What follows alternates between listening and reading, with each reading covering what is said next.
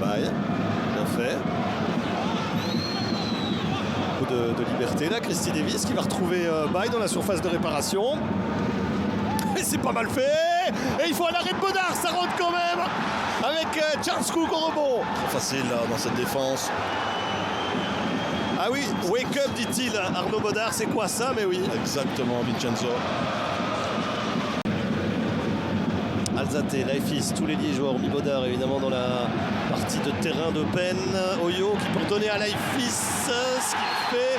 Pas super bien, mais ça traîne. Balikwisha. L'égalisation pour le Standard avec William Balikwisha. Ce ballon qui traînait dans la surface de réparation. Et donc à la demi-heure, les Liégeois qui reviennent dans le coup.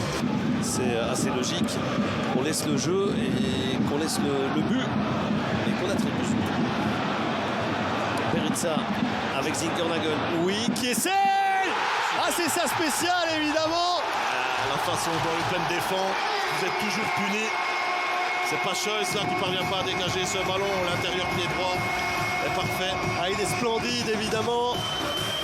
On en attendait un de sa part. Il est là. Allez, il faut se montrer là. Ce que fait Oyo, la petite déviation géniale avec Zinkernagel. Peritza qui passe, Peritza qui marque. Allez, ça va lui faire du bien ce garçon-là. Allez, il va prendre un carton. Le but libérateur pour Peritza peut-être. Ah, un petit cadeau là de cette défense penoise qui n'en est pas à son premier. Avec Lucas Vaneno. Taguir. Oh, ça c'est intéressant avec Vaneno qui s'est retrouvé seul pour centrer. Chadli trop court et Vassin finalement qui permet à Westerlo de mener au score de manière totalement méritée. Et qui d'autre que Kian Vassin. Ce sera aussi son rôle entre guillemets de remplacer Lyle Foster et ce ne sera pas une tâche facile.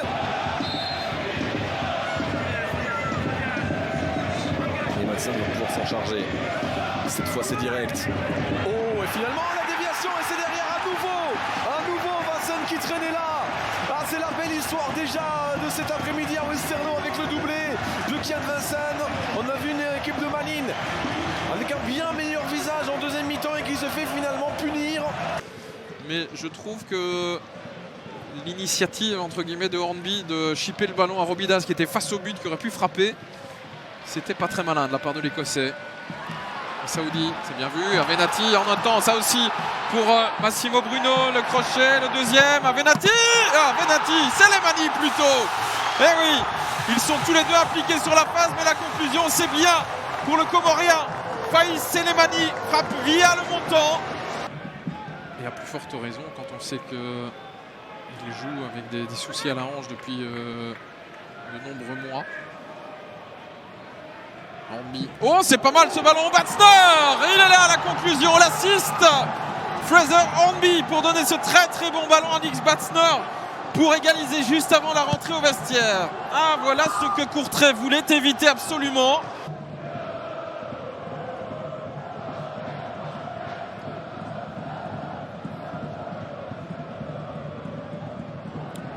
Batsner, oh pas mal avec le service vers Thierry Ambrose qui enveloppe, il est au fond ce ballon.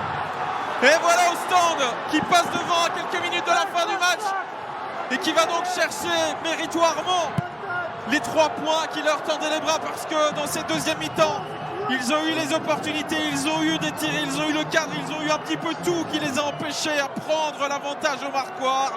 Et là sur cet envoi de Thierry Ambrose qui a tout son temps,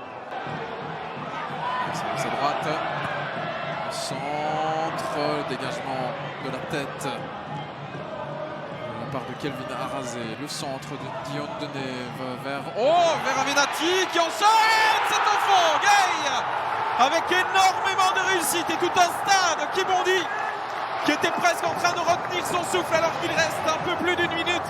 De partout, Pape Gay sur un assist de Felipe Avenatti, Pour l'instant, on n'en trouve pas dans le chef de Ouedraogo. Récupération avec Ashioka qui a tout le flanc libre, tout l'espace aussi. Et le premier but, le voici, Hayashi. Ah, la collaboration 100% japonaise. Mais je vous le disais depuis le début de cette rencontre, Ouedraogo est mis sous pression. Ouedraogo perd des ballons trop facilement. Et là, Ashioka en a profité pour faire parler sa vista, sa lucidité, sa qualité de passe aussi.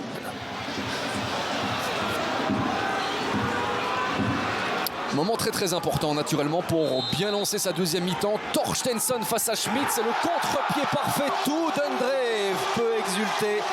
7e penalty transformé cette saison par Louvain. Et le 5e but de la compétition pour Torstensson. Bonne relance de Maurice pour Burgess. Regardez, attends, là, il y a vraiment un trou là au milieu. Et elle est belle là pour Nilsson, contrôle. Il l'a vu. Délicat, mais l'enchaînement est parfait. Magnifique. Quel but de Nilsson. Il avait l'air en difficulté et pourtant il a mis ses jambes et surtout son pied en route pour tromper Kofi. C'est 0-1. À l'interview avant match, il nous a bien précisé qu'il fallait dire Mouslic et non Mouslik sur le ton de l'humour évidemment. Deman, Van Hout, le centre, oui, à la tête, c'est goal. L'ouverture du score pour le cercle de Bruges.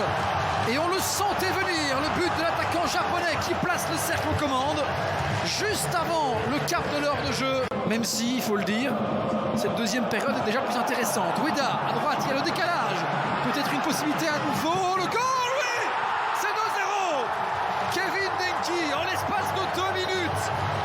Et vous n'avez pas l'image d'En Van Azebroek qui est furieux. Il est furieux au bord de son banc de touche. En l'espace de 2 minutes, le cercle de Bruges fait le break.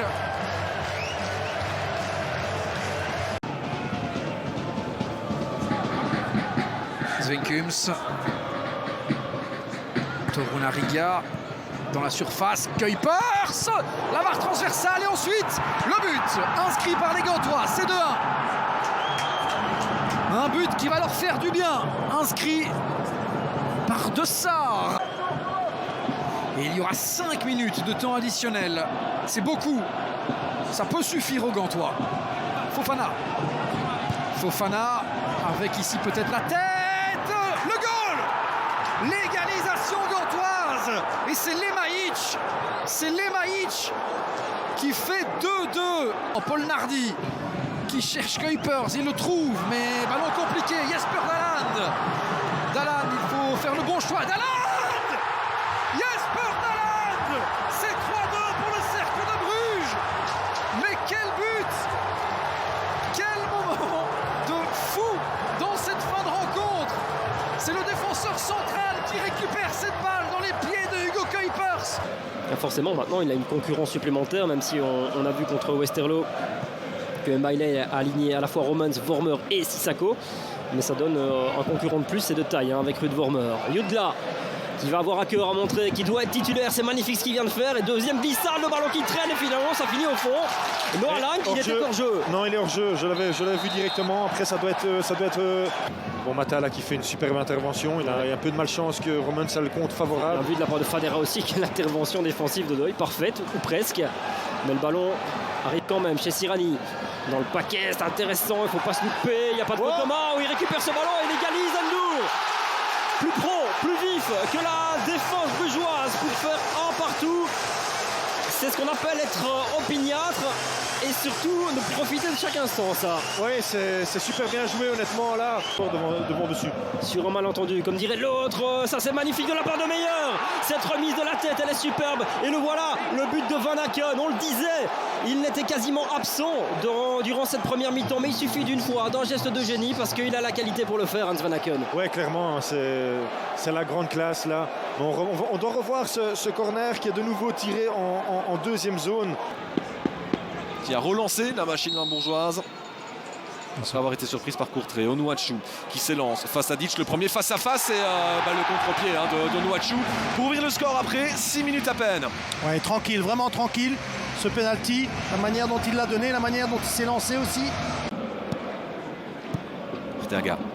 Et Trésor qui ouvre ce ballon, mais pas grave. Oh, El Canous, superbe inspiration. Et Trésor qui est parti et qui évite la faute surtout. Mais avec Trésor peut-être pour le deuxième. Et bien voilà, le doublé, ils sont efficaces, les joueurs du Racing Genk.